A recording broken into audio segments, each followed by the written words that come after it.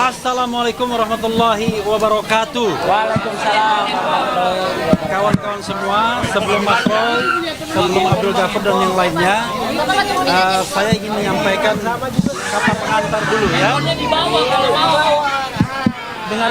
Dengarkan bahwa kita baru saja mendengarkan putusan Hakim Tunggal pra peradilan.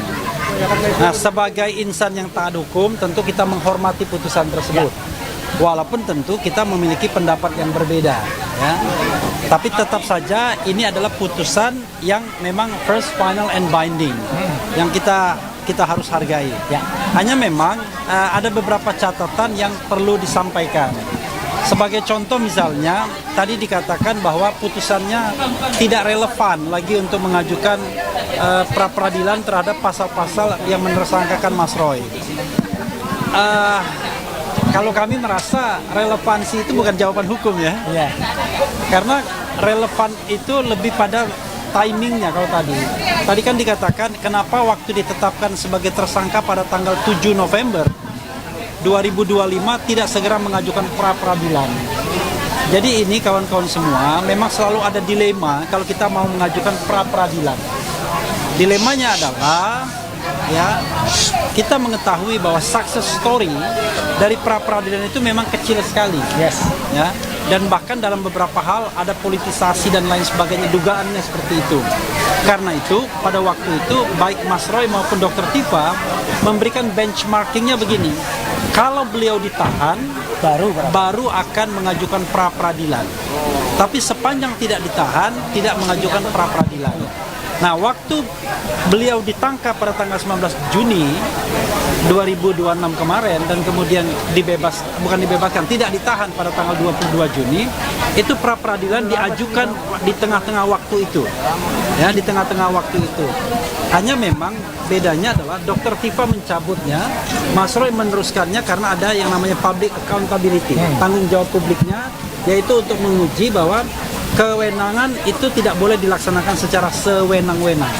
Maka kemudian terhadap penggeledahan, penangkapan dan penahanan itu diajukan pra peradilan dan alhamdulillah kemudian dikabulkan. Nah, sebagai follow up dari pengabulan tersebut, nanti akan ada pra peradilan terhadap ganti rugi. Ya. Jadi ganti rugi ini bukan untuk kepentingan kita. Kalaupun nanti dapat ganti ruginya, kita akan sumbangkan ke yayasan, ya, fakir miskin, anak yatim dan lain sebagainya. Nah, adapun ini, ya namanya ini bukan Mas Roy siap atau tidak siap untuk pokok perkara. Ini adalah the lawyer's way. Ya. Ini adalah jalan lawyer, jalan kuasa hukum untuk melihat bagaimana kita membela klien kita. Nah, pra peradilan ini yang kemudian diperkuat institusinya melalui KUHAP nomor 20 2025 yang baru ini memberikan peluang bagi kita untuk menguji sesungguhnya dan kemudian menyetop pokok perkara untuk sementara waktu apakah pasal-pasal penersangkaan itu memenuhi minimal 2 alat bukti atau tidak. Unfortunately, sayangnya Hakim Tunggal pra peradilan tidak menjawab itu. Mereka menjawab timing, katanya sudah tidak relevan lagi. Padahal yang kita tantang sebenarnya adalah apakah penyidik Polda Metro Jaya memiliki minimal 2 alat bukti untuk menersangkakan Mas Roy menggunakan pasal 32 ayat 1 yang ancaman hukumnya 8 tahun. Selama proses persidangan tidak dijawab sesungguhnya. Bahkan mereka tidak mampu menghadirkan satu saksi pun untuk memperkuat argumen bahwa ada saksi, ada ahli yang sudah dimintai keterangannya sehingga pasal ini bisa digunakan untuk menersangkakan Mas Roy. Nah, itu substansinya. Tapi rupanya Hakim pra peradilan buang badan, menyerahkan kepada pengadilan pokok perkara nanti mungkin di PN Jakarta Timur agar bisa kemudian katanya memeriksa kualitas dan yang lainnya jauh lebih katakanlah lebih lebar kesempatannya. Padahal kita tahu bahwa nggak enak loh jadi terdakwa itu kan. Siapa bilang kemudian waktu, tenaga dan lain sebagainya. Tetapi apapun itu, sekali lagi kita hormati putusan ini dan tentu kalau ditanyakan pada Mas Roy apakah Mas Roy siap untuk pokok perkara, at any time kita siap. Ya, ini adalah the lawyer's way untuk mencari jalan agar kemudian Mas Roy ringan ya, kemudian ringan langkahnya ketika harus berhadapan dengan pokok perkara. Tetapi kalau belum sukses, ya itu God way, ya kan? Ya. God hand, tangan Tuhan atau jalan Tuhan. Itu saja kawan-kawan semua. Sebelum Mas Roy, Abdul Ghafur akan menambahkan. Silakan. Ya, silakan. Okay. Bang Refli, terima kasih rekan-rekan media. Jadi hari ini telah dibacakan putusan pra-peradilan yang kedua untuk permohonan kami terkait dengan penetapan tersangka menggunakan pasal 32 yang kami uji adalah bukti permulaan yang cukup. Dan apa yang dibacakan oleh hakim pra-peradilan tadi sesungguhnya adalah sesuatu yang harus kami hargai. Siapapun tunduk kepada putusan pengadilan karena berlaku dua asas. Asas pertama adalah asas ius curia novit, yaitu hakim dalam memutuskan perkara tentu hakim dianggap tahu hukum. Dan yang kedua adalah asas res judicata pro varite habetur, bahwa hakim memutuskan suatu perkara itu benar adanya sepanjang tidak dibatalkan oleh putusan pengadilan yang lebih tinggi. Dan ciri khas dari putusan pra-peradilan adalah final and binding. Tidak bisa dilakukan upaya hukum, banding maupun kasasi di tingkat pengadilan yang lebih tinggi. Oleh karena itu, kami sebagai lawyer dari Mas Roy, ada Bang RH dan teman-teman yang lain, ada Pak Bang Ristan, ada Pak Yasena, ada Mbak Soraya, kemudian ada Mbak JJ, ada Mbak Najmi, ya, kemudian ada yang lain, ya, bahwa apa yang telah diputuskan tersebut tentu sesuatu yang telah menjadi putusan pengadilan, sehingga itu yang yang terjadi sekarang. Pertanyaan kita selanjutnya adalah apakah putusan ini telah mencerminkan suatu nilai dari suatu kebenaran hukum dan suatu keadilan hukum.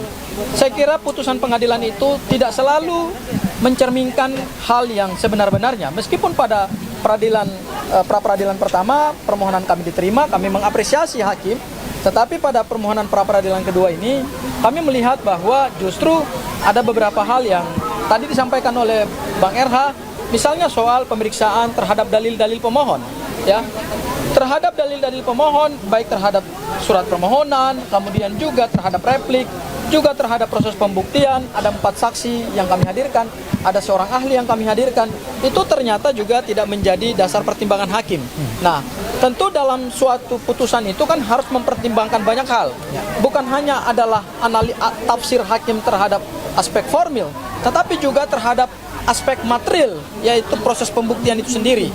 Nah, kami melihat bahwa apa yang dibacakan oleh hakim tadi justru tidak menyentuh pada pokok permohonan kami, yaitu menguji sah tidaknya penetapan tersangka dengan menggunakan 2 alat bukti permulaan yang cukup. Hakim hanya menyandarkan pada satu pemikiran, ya itu adalah satu pemikiran hukum ya dari seorang hakim, itu bukan asumsi, tapi itu pemikiran hukum yang tentu debatable, ya, dan itu menjadi satu ruang diskusi hukum juga nanti ke depan dalam kerangka kita memperkaya sistem hukum kita. Yaitu apa? Hakim hanya menyandarkan pada penafsiran bahwa timingnya tidak tepat atau timingnya tidak relevan. Saya pikir ini sebenarnya tidak ada bedanya dengan ketentuan pasal 82 KUHP yang lama yang tadi dibacakan oleh hakim, bahwa berdasarkan KUHP yang lama, suatu perkara pidana kalau sudah dilimpahkan ke pengadilan itu maka gugur permohonan pra peradilan. Nah, ini kan sebenarnya hampir-hampir mirip gitu. Hanya bedanya adalah di permohonan pra peradilan kami yang pertama, hakim tidak menggunakan penafsiran hukum itu, hakim justru menggunakan penafsiran bahwa penangkapan, penahanan, penggeledahan itu tidak sah, sehingga harus dinyatakan batal demi hukum, dan kami berterima kasih untuk itu. Tetapi dalam putusan yang kedua, hakim tidak menggunakan penafsiran yang sama. Hakim justru menggunakan penafsiran yang berbeda. Dan terakhir dari saya, Bang RH dan Mas Roy, putusan pra peradilan ini justru telah memberikan satu jawaban yang pasti kepada pihak-pihak tertentu yang selama ini membangun narasi, yang selama ini berbeda pandangan hukum dengan kami, karena tadi yang disampaikan oleh Bang RH, ini adalah the lawyer's way. Ini adalah jalan hukum bagi seorang advokat untuk membela kliennya, memanfaatkan atau menggunakan instrumen-instrumen hukum negara yang sah secara undang-undang. Dan ini menjadi jawaban bahwa ada tuduhan-tuduhan yang dialamatkan kepada kami, ya, terhadap Bang RH, kepada saya, kepada Mas Roy, dan semua tim hukumnya Mas Roy, bahwa ini adalah cara untuk kami melakukan pengkhianatan kepada rakyat kalau diterima. Kemudian ini adalah cara untuk kami bergaining ya dengan pelapor, kemudian nanti perkaranya ditutup, saya kira tidak perlu kami jelaskan secara panjang lebar dengan narasi-narasi yang lain. Saya kira putusan hari ini telah memberikan jawaban bahwa tidak ada sama sekali pengkhianatan dalam permohonan pra-peradilan ini. Dan clear bahwa permohonan pra-peradilan ini, saya kutip sekali lagi dari apa yang disampaikan oleh Bang RH, ini adalah the lawyer's way, bukan sesuatu yang salah, bukan sesuatu yang clear. Ini adalah sesuatu yang tepat untuk membela kepentingan hukumnya Mas Roy, dan mudah-mudahan ini jadi satu laboratorium hukum, pembelajaran hukum, bahwa kita jangan lelah untuk mencari kebenaran dan keadilan. Barangkali itu dari saya, Mas Roy. Selanjutnya saya akan Mas Roy bisa di tengah. Kalian ini Mas Roy aja. Apa-apa, kasih nafas.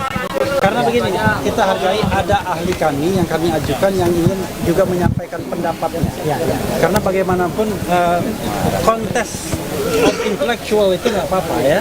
Oke, silakan Mas Didit. Oke. Terima kasih semuanya ya. Ini Pak Didi dulu ya. Ya, saya mau kasih komentar.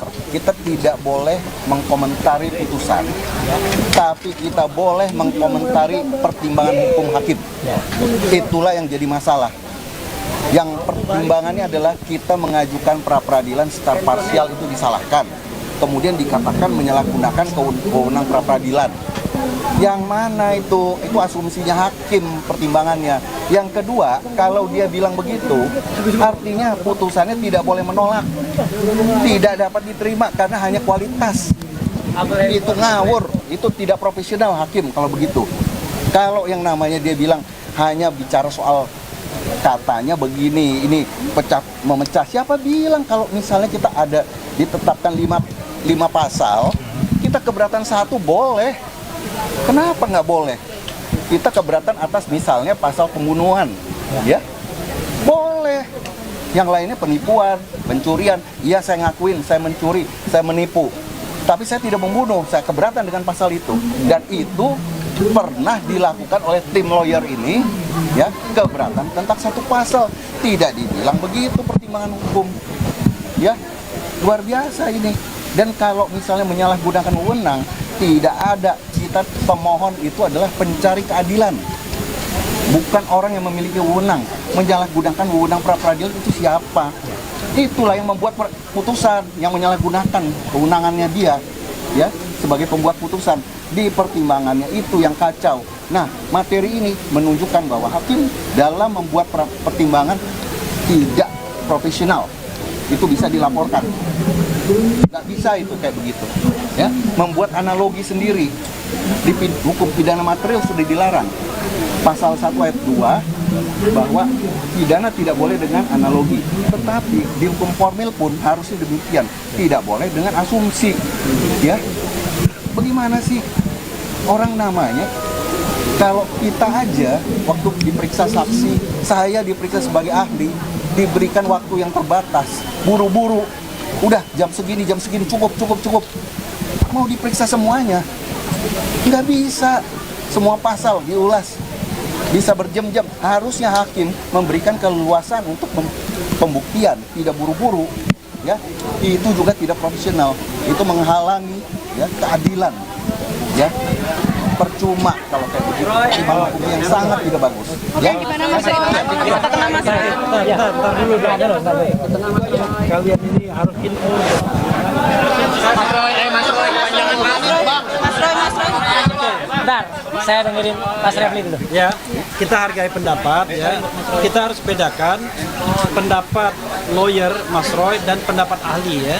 Pendapat ahli tentu independently, jadi pendapat yang terpisah, bukan bagian dari tim, tetapi adalah pendapat ahli yang kami ajukan dan kita hargai bahwa itulah pendapat dia yang mengatakan bahwa putusan ini ngawur, ya. Nah, tetapi bagi kita lawyer, kita hargai pendapat tersebut, tetapi kita juga saling menghargai. Nah, karena saling menghargai, this is the time for. Oke, Mas Roy, silakan. Bagaimana? Assalamualaikum warahmatullahi wabarakatuh. Ya, oke.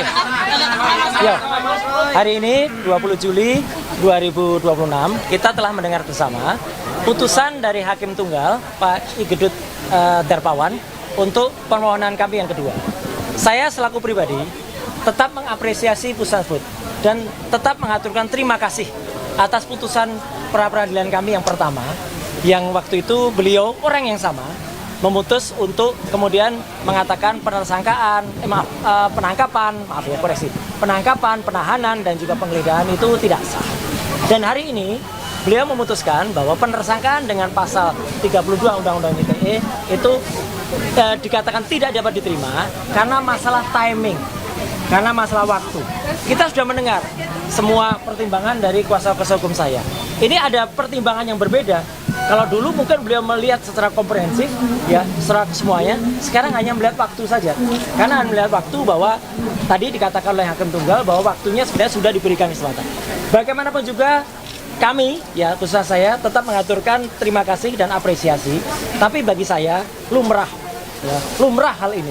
Jadi ada kadang-kadang Hakim Tunggal itu yang memutuskan itu menyetujui, ada kadang-kadang yang memutuskan tidak menyetujui. Nah, bagi saya menyerahkan sepenuhnya langkah selanjutnya pada para kuasa hukum saya, Mas Refli, Mas Abdul Ghafur Sangaji, Bu Soraya, Mas Tristan, kemudian Pak Yasena dan lain sebagainya. Ya, saya menyerahkan sepenuhnya. Apakah kemudian mau lanjut dengan pra-peradilan yang keempat? Karena apa? Karena pra-peradilan yang ketiga sudah kami daftarkan. Dan insya Allah akan bersidang pada hari Selasa tanggal 28 Juli yang akan datang. Dengan materi adalah ganti rugi atas putusan pra-peradilan yang pertama. Nah, ini kita bisa uji nanti. Apakah putusan ganti rugi itu akan kemudian diterima atau ditolak?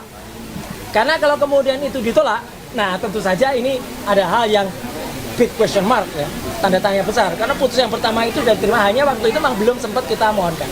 Jadi sekali lagi, semua pertimbangan dari kuasa hukum saya itu saya patuhi dan saya ikuti, dan teman-teman mohon bersabar, termasuk juga forum pengadilan negeri di Jakarta Timur mohon bersabar juga, patuhilah KUHAP.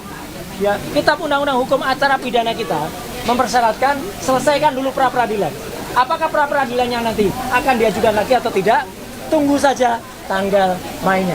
Jadi dari saya itu saja, kita tetap bersyukur, tetap kita jangan lupa memohonkan ridho dari Allah Subhanahu wa taala. Semoga di putusan yang ketiga besok, ya, hakim kembali diberikan pencerahan, hakim kembali diberikan pikiran yang lurus. Mungkin tidak sekedar hanya mempertimbangkan satu faktor saja, yaitu timing. Ya, itu yang ingin saya sampaikan. Sekali lagi terima kasih. Wassalamualaikum warahmatullahi wabarakatuh. Ya, Mas, rapid keempat isinya apa aja, Mas? nah nanti tunggu tanggal mainnya, tunggu hasil keputusan dari para kuasa hukum. Terima kasih teman-teman. Tetap semangat.